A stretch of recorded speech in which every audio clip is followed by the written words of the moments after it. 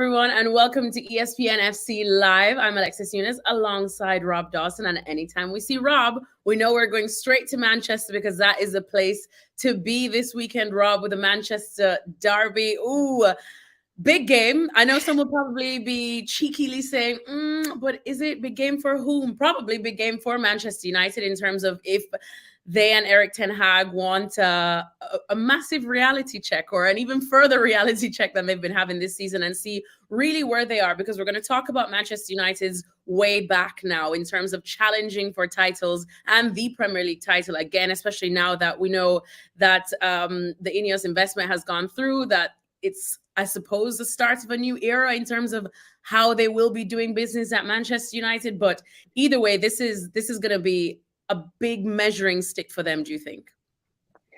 Yeah, definitely. And it's become the kind of the stock question now to Man United managers before the derby. Whoever it is, whoever the manager is, the question before a derby is always, how far away are you from Man City? How big is the gap between you and Man City? Because ultimately, since Sir Alex Ferguson retired, United have had a bit of a barren spell in terms of success, and City have been the benchmark. They've been a team to beat in the Premier League. The same question was asked to Erik ten Hag at his press conference on Thursday. You know, the United managers never like to say that the gap is too big, but it's obvious. You just have to look at the league table this season alone. City are second in the table, challenging for the title. United are 15 points adrift and trying to claw their way back into the race for Champions League football next season. The worry for Man United fans heading to the Etihad Stadium on Sunday is that it could be one of those horrible results. You know, City are playing well, they're scoring goals. United have been a little bit better this year in 2024, but had a big reality check against Fulham last weekend, losing 2-1 at Old Trafford. And the fear is that United are going to go to the Etihad Stadium and get beaten very, very comfortably. There's always that hope, you know, that United have got quality players, and you hope that Man United could maybe go to the Etihad and spring some kind of surprise result. You know, they went to Anfield in December and drew 0-0 when no one thought they could get a result. We've seen under different managers, they've gone to the Etihad and surprised people by somehow scraping a win. But, you know, as I said before, the fear for Man United fans heading to the Etihad on Sunday is that City are going to show how superior they are and win very, very comfortably. How do United then, I suppose, approach this game and Erik ten Hag? Because as you said, they're coming on the back of what was an embarrassing loss to Fulham. You know, it was obviously lost in the last minute, and you say that there's almost not much you can do there when it happens. People need a bit of luck. We know that managers love to say that. But the performance overall was, again, probably one of the worst that we have seen as well in this season. So how do United approach this game? What's the tactics? Because there's no way that they could go to the Etihad and even try to challenge City in the same style of football that City play.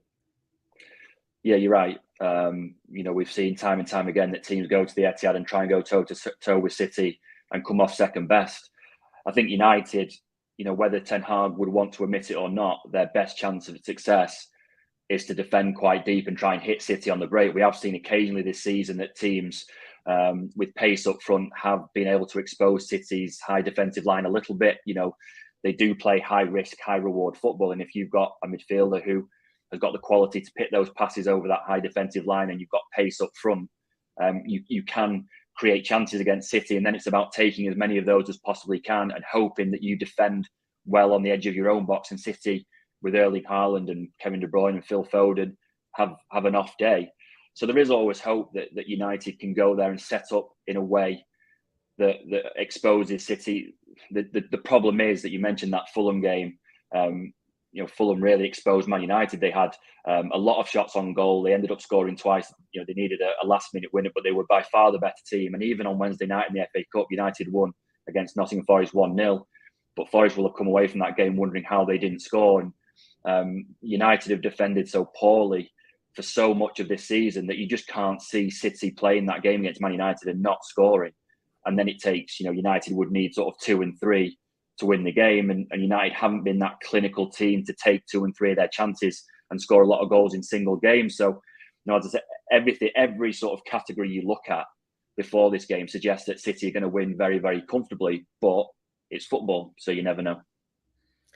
You never know, indeed. But then now, I suppose, looking at the long-term goal, apart from this game, because there's only so much that the current, I suppose, setup can do on the pitch in time for this match that's on Sunday. But like I said, new investment at United. We're talking about what, maybe a 3, 5, 10-year plan, even, Rob? What are you hearing of how long it probably will take before we can start talking about Manchester United challenging for titles again?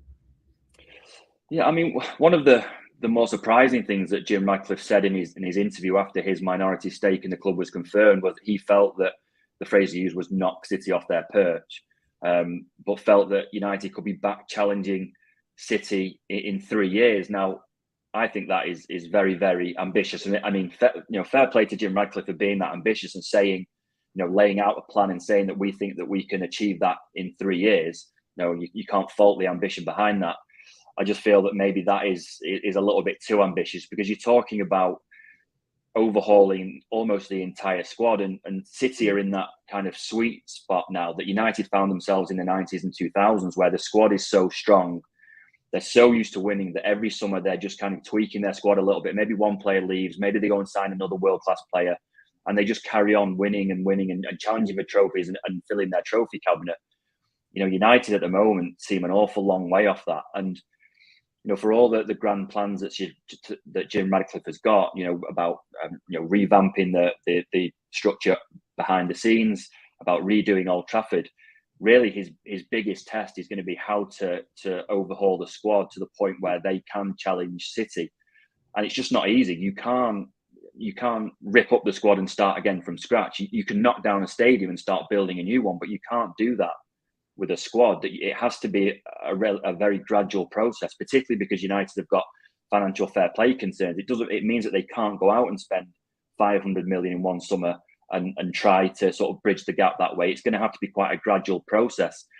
And the worry is that if you look at the two squads on paper right now, United just look miles behind City's. They haven't got an Erling Haaland, they haven't got a Kevin De Bruyne, they haven't got a Ruben Dias. So it's going to take an awful long time to get them back on the same level. In fairness to Jim Ratcliffe, he said that it's not going to be, a short-term thing. That the hope is that they can do it in 3 years, but probably in reality, it's going to be closer to sort of 5 and maybe even 10 years. He's promised that he's going to stick around long enough to see that through. And really, it needs United to start having very, very good transfer windows very, very quickly. Starting with the summer, it means that you can't afford to get any of these signings wrong.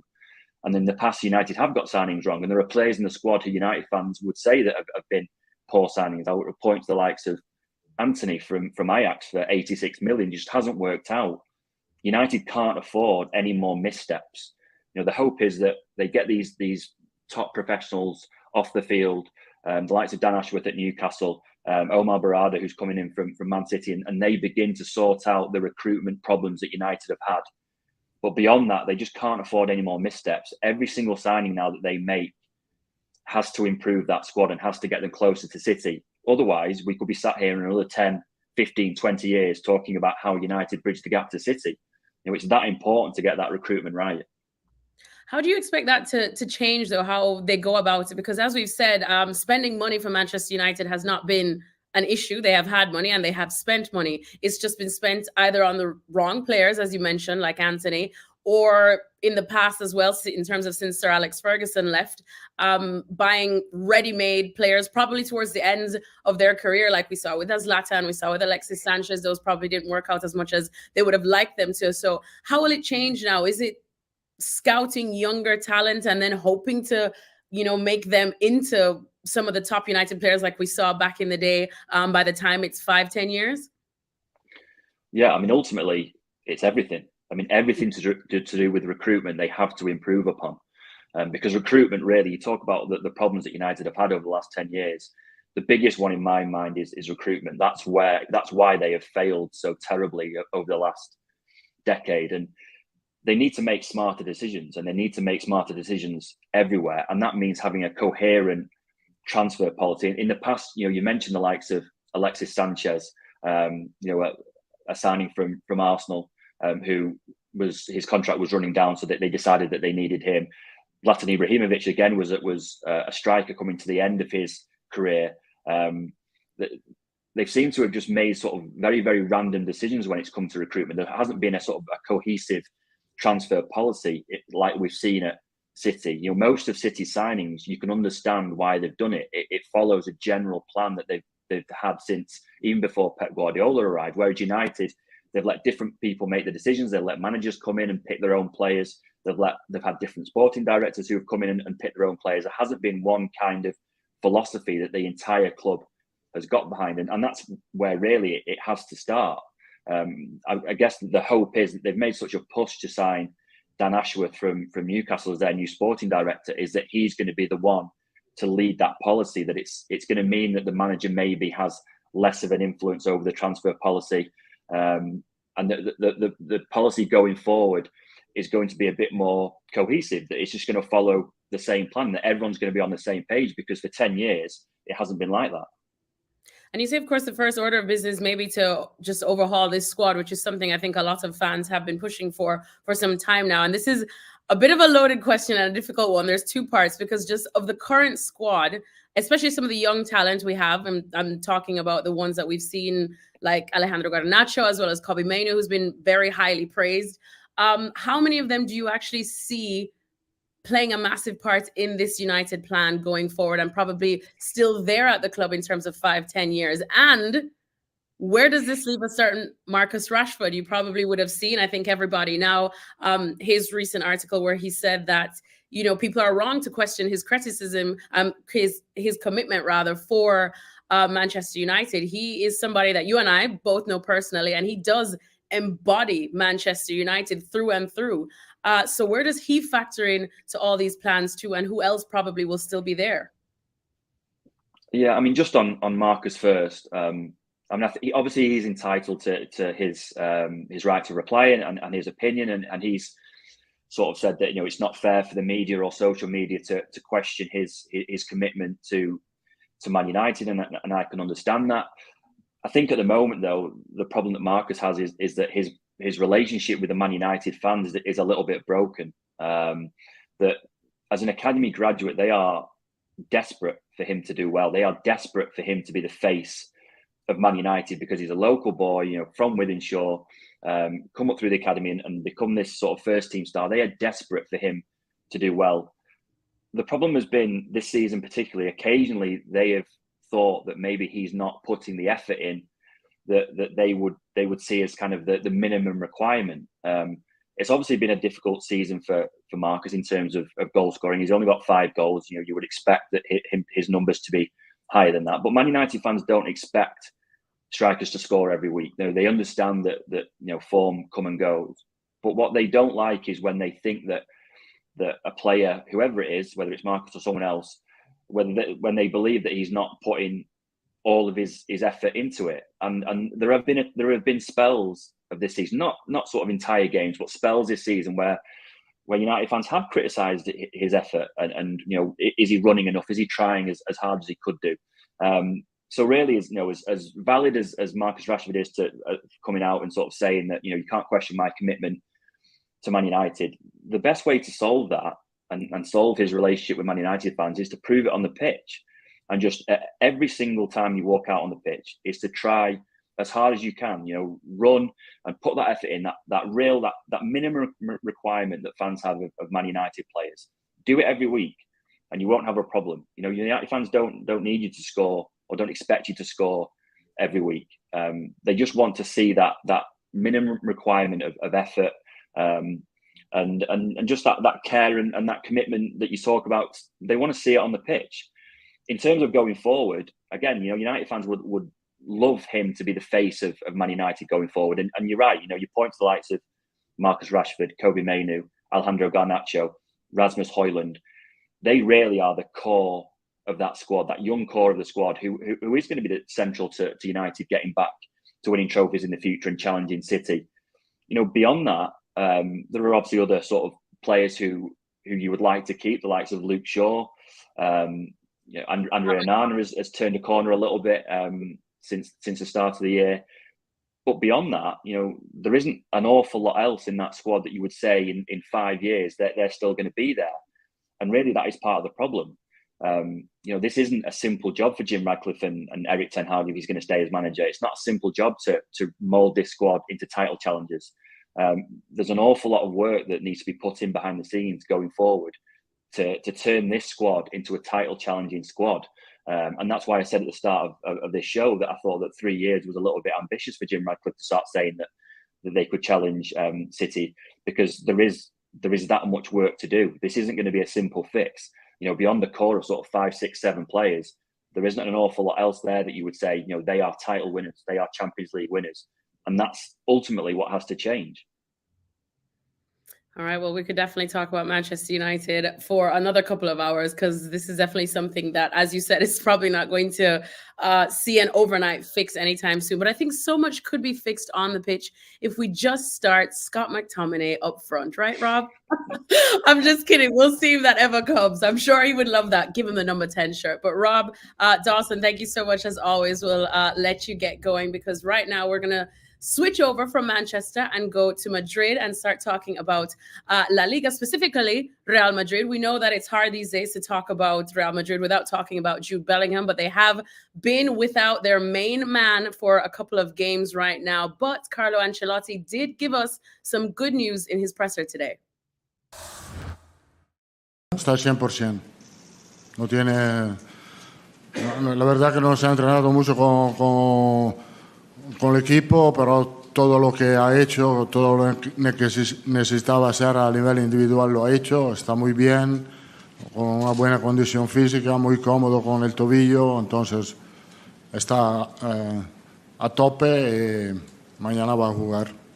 Ahora creo que viene los buenos, en el sentido que, como siempre, en marzo-abril llega el momento más importante. Tenemos mucha confianza porque también vemos muy cerca el regreso de Militao, el regreso de Courtois, entonces creo que si seguimos con esta línea, con esta dinámica, puede ser una temporada muy positiva.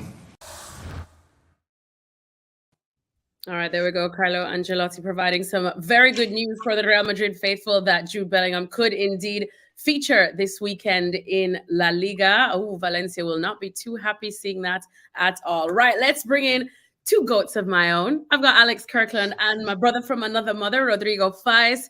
We are here to play a little but very difficult game because, look, Jude Bellingham hasn't even finished the first official season at Real Madrid, and the words legend, GOAT, everything has been thrown around when we talk about him, because let's be honest, this is probably one of the best starts to a Real Madrid season that we have ever seen. We know how hard it is to play at Real Madrid with all the other big names, and Jude has just taken to the team, the system, the culture, the club like a duck to water. But where does he rank amongst the Real Madrid greats, the GOATs, the legends that we have seen throughout the years? So we've got a couple of them up here. I'm sure everybody will easily recognize them. And I want you guys, I'm going to go through the names individually, and I want you guys, Alex and Rodri, to tell me where they rank for you in your tiers. Because like I said, we got to separate the GOATs from the legends, from some who maybe were just great players, right? You know, not everyone's a GOAT.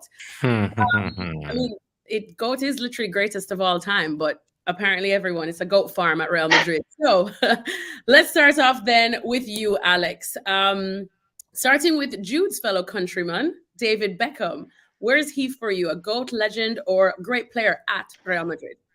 Okay, so look, I love Bex. I want to get it on the record. Huge fan of Bex and what he did for English football. But at Real Madrid, he was only here for 4 years. The first couple of years were actually quite disappointing. Remember that Galactico team sort of underperformed for a season or two.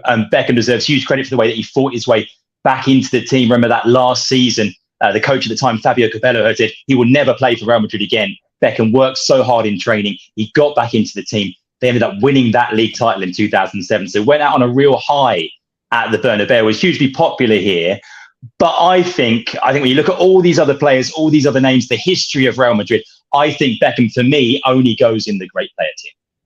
Ooh, Victoria will not be happy about that. She'll be in touch, yeah. Rodri's little face there.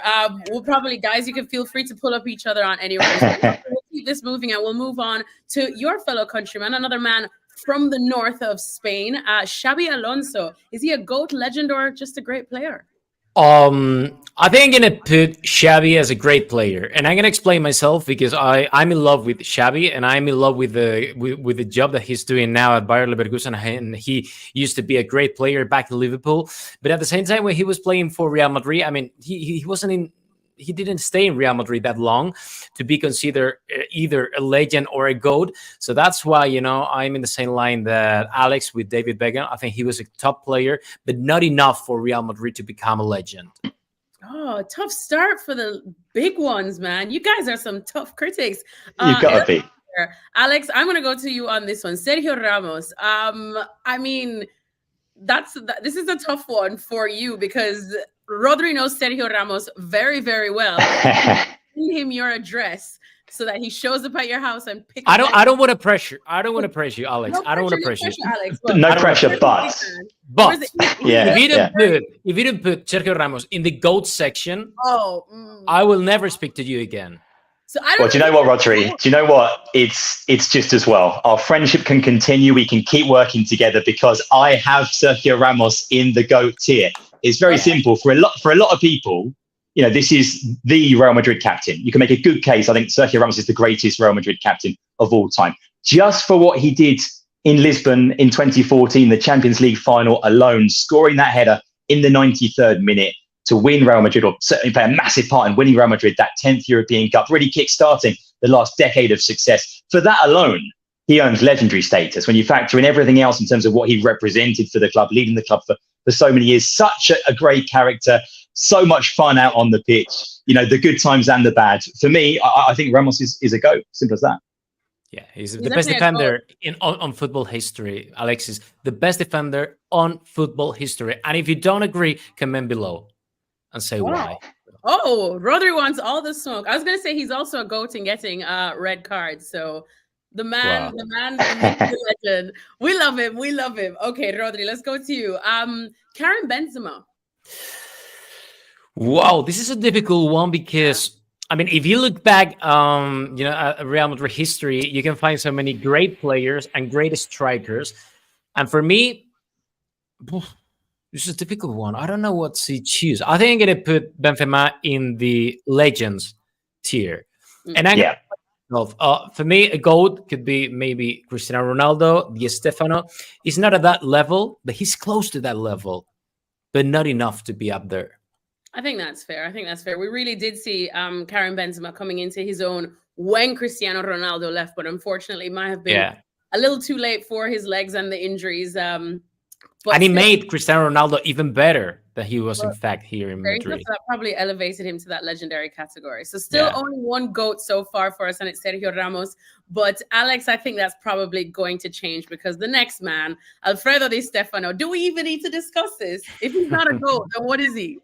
Yeah, I mean, this was obviously a little bit before our time. None of us were around to see Di Stefano play in black and white back in the day. But look, this is a guy who didn't just play in 5 European Cup finals, didn't just win 5 European Cups. This is a guy who scored in 5 European Cup finals in a row from 56 to 60. And this was the era that Real Madrid's identity was really built. If you're looking at people that made Real Madrid what it is today, it's people like Santiago Bernabeu and it's someone like Alfredo Di Stefano. For many Real Madrid fans, this is the greatest player of all time. I think unquestionably until Cristiano Ronaldo came along. But yeah, I mean, there's no debate here. There's no discussion. With Di Stefano, he goes absolutely straight into the GOAT tier. Zero discussion. When you have things at the club named after you, that's when you know the man is a GOAT. It's a good sign. That's a good one. There's a Bernabeu, so you also know there's another GOAT. Rodri, Marcelo. I love me some Marcelo. Where does he rank for you? Well, you love Marcelo and you love the Marcelo's flow. We know that. I think you're gonna put Marcelo at the GOAT tier. First of all, because he's the best. Yeah, he's the best left back defender in Real Madrid history. For me, he's one of the top 3 left backs on football history. We all know when we talk about Brazilians defenders, we all think about Roberto Carlos, but I think he improved a lot. Roberto Carlos, I think he was more complete. He was, a thunder when he was trying to attack. He scored so many goals. He won more titles at Real Madrid than anyone on Real Madrid's history. 25 trophies. Amazing. More than 30, in his whole career. So that's why this is more than enough to become a Real Madrid GOAT for me. I had him in the legends tier, but I'll take it. Bumping him up. Yeah, come on. I love me some Marcelo. The flow, everyone would say that Marcelo would be more a legend rather than a GOAT just because he was a defender. But you know, he was really. I mean, he was the best one on those recent Champions League titles for Real Madrid. He's absolutely. You see, you got to give love to defenders, man. Make defending great again. And he's someone that definitely did that. Alex, Fernando Morientes, where does he rank for you? Do you know what? This is the only name on our list here that I've got to be honest. I was questioning whether he deserved to be in this conversation. If we had a really good player tier, just below great player, maybe I'd put Fernando Morientes there. He was a very good forward, scored over 100 goals for Real Madrid, scored fewer goals for Madrid than Sergio Ramos did, though, by the way. But, you know, he wasn't always, even when Morientes was here for was it 5 or 6 years that he was here, he wasn't always kind of undisputed first choice at centre forward. He left the club, ended up hurting the club when he left because he went to Monaco and then ended up scoring against them in the Champions League the following season. Like for me, if there was a very good player tier, Morientes would be there. But as there isn't, I'll have him in the great player tier, the third tier. I think that's a fair shout. Ooh, have we lost Rodri? Maybe is he so angry at my Morientes take that he dropped off? Because I'm pretty sure we have, at least on the Deportes side of ESPN, done some work with Morientes and Rodri. He's a good guy. I've spoken to him, interviewed him. Yeah. Exactly. Rodri stormed off. Politically correct. Let's carry on then, which is a good one because I know Rodri is also very good friends with this next man, and it is Iker Casillas. And for me, I do close my eyes and I think of fair play, this is someone from my younger era. When I close my eyes and I think of an iconic Real Madrid goalkeeper, it's hard not to have the image of Casillas be one of the first, if not the first, to pop up. But does that make him a GOAT or a legend? I've got him down as a legend. I mean, he's at least a legend. This is a guy who was at the club for 25 years since he was a kid, came through and won, I think it's 5 league titles. You know, came into the team so young as well, a teenager at 17 and performed miracles. He was literally known as Saint Iker because of these miraculous saves that he used to make. Maybe counts against him sort of the way that it ended in somewhat difficult circumstances, losing his place in the team, falling out famously, of course, with Jose Mourinho when he was manager. And when he left the club, he didn't get the farewell. I mean, this goes for a lot of Real Madrid legends, actually, but didn't get the farewell that he maybe should have got as a Real Madrid legend. He's now sort of back in the fold as a club ambassador. A lot of people might disagree with me on this one, a lot of Real Madrid fans, but for me, he's a legend. He's sort of towards the upper end of the legend tier, but he doesn't, for me, quite make GOAT status, maybe because of the last few seasons. Fair. I think that's a good assessment there. The next one now, let me just say that I became a football journalist because I watched this man. There's a reason why he's called a phenomenal. We don't even need to chronicle the fact that he has a bionic knee and still did everything that he did and accomplished so much. I know that we could talk about a phenomenal Ronaldo for Brazil, for Inter, for so many different teams. But for Real Madrid, is he a GOAT or just a legend? Because if you even dare to put him in the great player category, I'm going to dip out. Are you cutting me off as well? It's going to be just you on that. Do you know what? I had him down in the great player tier, Alexis. I'm so sorry to do this to you. She's gone. She's walked off. No. I had him in the great player tier. Let me explain myself. Let me at least hear me out, okay? I mean, I think he's probably my favourite centre forward ever.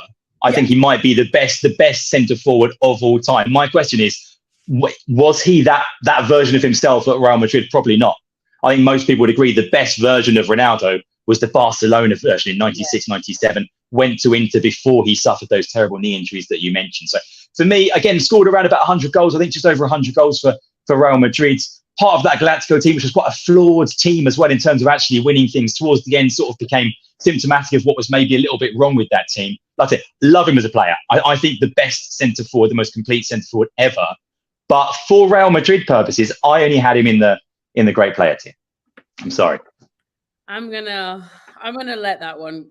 He did nothing at Real Madrid, Alexis. Wow. Okay. Yes. There we go. Get over it. Roger's back. Literally had to come back. He was on a quarter of a leg. Come on, the best thing that he did in Madrid was going out every single night. Some really good parties. In terms of the GOAT, in terms of the parties, for sure. Yeah, I was going to say, which puts you in GOAT category. Listen, game's gone. The game's gone. Good. Those were the good old days. Okay, Rodri, let's go to you. This is a bit of a controversial one now. Gareth Bale, because watch yourself now, Rodri. Watch yourself. Hello. Wow. Oh, hello. Wow. This is the UK versus Spain. You've got Bale Welsh in you, Alex? He's standing up for the Welshman. No, but I've got a lot of time for Gareth. Go on, Rodri. Come on. Gareth Bale. I don't think none of us, by the way, are even going to doubt that this is just one of the greatest players to ever play the game, period. But again, similar to what Alex was just saying about Ronaldo at Real Madrid, I mean, yes, he won everything there was to win. Well, hang on. Wait, no. I'm gonna jump in there. Scored, I think, the best goal ever in a Copa del Rey final. Scored maybe the best goal ever in a Champions League final. Yes. This is, in terms of embodying Real Madrid, as we've been talking about, where does he rank for you, Rodri? Is he just a legend? I am afraid of Alex, because I'm gonna say something that is gonna disturb him a lot. Okay. And I'm gonna say that Gareth Bale should belong to that great players tier. Okay. No. I'm not happy. I'm not happy. He's a legend. Gareth's a legend. Why is it? You sure? I mean, no, I put it here because, when I say a legend, or when I imagine a Real Madrid, or, whichever club legend is, I imagine a guy, like very friendly, very close to the people, like very popular. And I think Gareth Bale did it really well at Real Madrid. And I remember, that goal that he scored back in 2018 in that Champions League final against Liverpool at Kiev. But what about the rest? I mean, he was a top player, no doubt of it. But is that enough for Gareth Bale to become a legend? Maybe should be a legend, but in the end isn't, for various reasons that we don't have time to get into, I guess. As you were Too much saying, golf. Nobody's disputing what he accomplished. He won everything there was to win and scored some iconic goals, and he is an iconic player. But you're right, is he someone that embodies Real Madrid? And probably that's why Rodri has him under great player. Yeah, but look, the way he behaved in the last 3 years at Real Madrid, the way that he went out from Real Madrid, that doesn't belong to a legend tier. That's why I put Gareth Bale in the great players tier. I don't know. It's a tough one to take, but people are just going to have to take it. Next one now. This one should be an easy one. Alex, Cristiano Ronaldo. The next couple of players will be quite quick, I think. I mean, Cristiano, GOAT, the all-time top scorer in the club's history. I mean, what else can you say? Yeah, same. Exactly. Rodri, of course, will have no arguments there. What about Raul? That's a GOAT for me. Well, one thing. If Alex put Iker Casillas as a legend, maybe Raul should be at that tier. Okay. I had Raul as a GOAT. You had dropped out for Iker Casillas. And I was saying that if I close my eyes and I think of iconic, legendary GOAT Real Madrid keepers, because of my generation and our age, he's definitely probably the first, if not, to come to mind.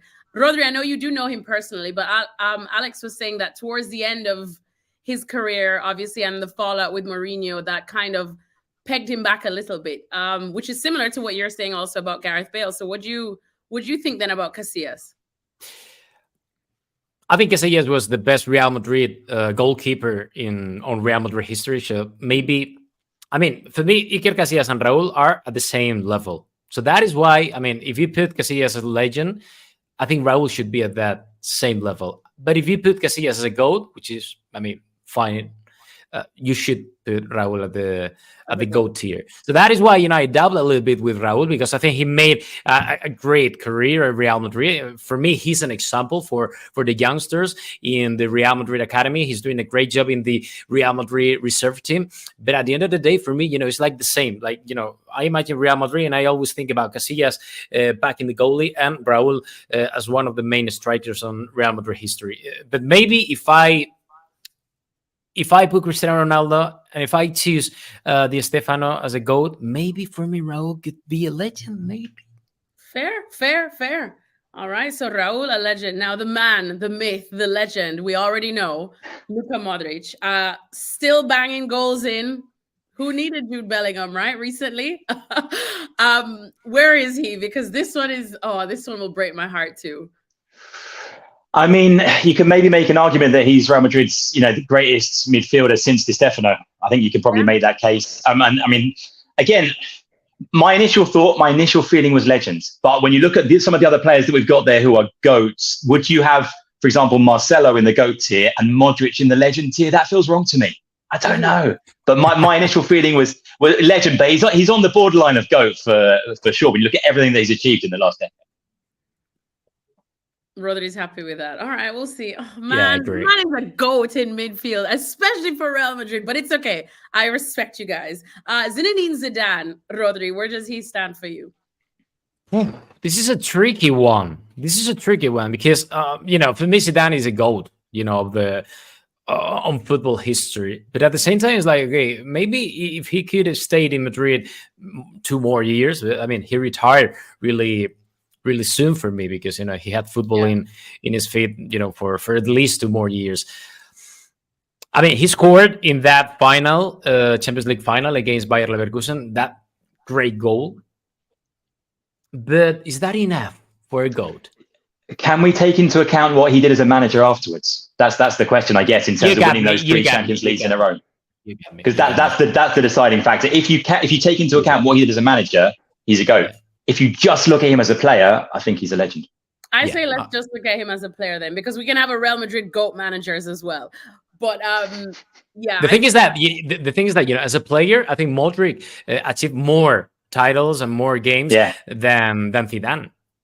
As a player. But if you put that beside the coach career that Zidane has had at Real Madrid, I mean, it's just amazing. I mean, nobody won more titles in a row than Zinedine Zidane. But as just a player, because you felt that he went a little too soon, we'll leave him at a legend. Fair enough. All right. Okay. Fair Yeah. I'm still mad at Luka Modric there in legends. I'm gonna bump Luka up. Don't you worry, Luka. I'm in my GOATs.